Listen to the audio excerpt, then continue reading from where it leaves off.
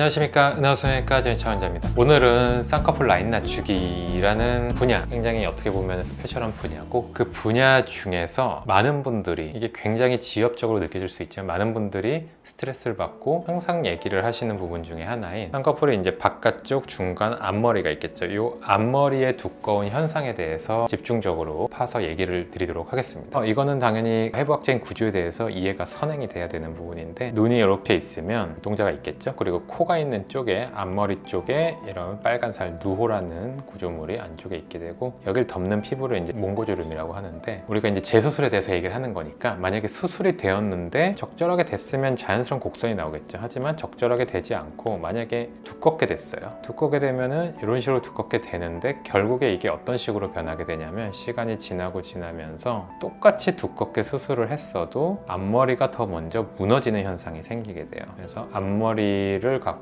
보통 신경이 쓰여서 다른 거는 괜찮은데 여기 두꺼운 게 너무 싫다라는 분들이 굉장히 많아요. 왜 하필 앞머리냐, 똑같이 쌍꺼풀을 수술한 게 아니냐, 다 두껍게 수술할 거면 수술했을 텐데 왜 앞머리가 먼저 무너지냐라고 물어보시면은 그럴 수밖에 없는 이유가 있다 라고 설명을 드리죠. 왜 그러냐면, 해부학적인 구조에서부터 먼저 설명을 드려야 되는데, 눈이 있고 이 안에 내부는 어떻게 됐냐면, 제가 이걸 색깔로 좀 그릴게요.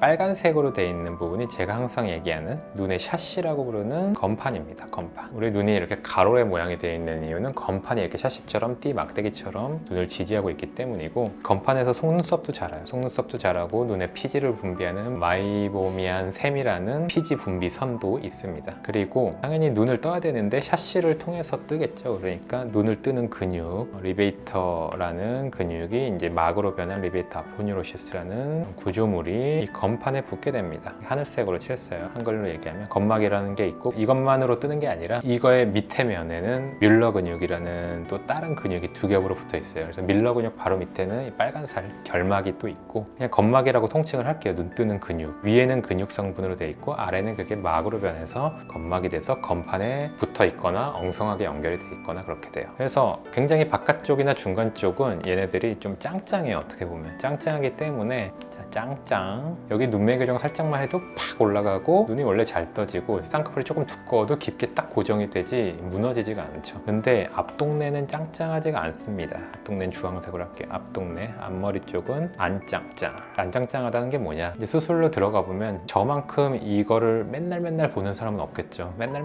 들어가 보면 이 앞동네는 엉성해요. 일단 엉성하고 지방이 껴있는 사람들도 되게 많고, 건막이라고 제가 이게 2차원적으로 그린 걸 처음에 이렇게 딱 하나의 평면으로 돼 있어야 될 것 같은데, 이쪽 앞쪽으로 가면은 약간 여러 겹으로 거미줄을 추듯이 위로도 돼 있고 이렇게 돼 있고, 약간 얇아지면서 여러 겹으로 돼 있어요. 그리고 잘 늘어나요. 지방도 많이 껴있고, 이 건막의 성질 자체가 굉장히 쭉 하고 잘 늘어나고, 더욱 중요한 건 뭐냐면, 건판이랑 어느 정도 붙어 있어야 되는데 이 붙어 있는 곳 자체가 지방 성분이 굉장히 많고 약간 불분명한 구조물들의 연합으로 돼 있어요. 그러니까 힘 자체가 잘 안 들어가겠죠. 쌍꺼풀이 이게 얇을 때는 크게 상관이 없을 수도 있는데, 이쪽 앞머리 건판이 되게 나중에는 작아지거든요. 거의 1, 2mm 정도로 작아지는 형태가 되고, 굉장히 얇고 금방 팍팍 찢어지고 지방도 많기 때문에, 여기다가 만약에 두꺼운 쌍꺼풀을 똑같이 빡 박아버리면은 그 쌍꺼풀이 눈 뜰 때 위로 딱 고정이 되는 게 아니라 흘러내리는 식으로 무너져 버릴 수밖에 없어요. 그래서 흘러내리는 식으로 무너지면 이 앞머리가 눈을 가리게 되고, 이게 눈이 세모눈이 되는 대표적인 원인이 됩니다. 그래서 왜 쌍꺼풀이 두꺼우면 세모눈이 되느냐, 세모눈이 되는 이유는 앞머리 쌍꺼풀이 무너져서 그렇다. 근데 왜 하필이면 앞머리만 무너지느냐, 그거는 이 해부학적인 구조,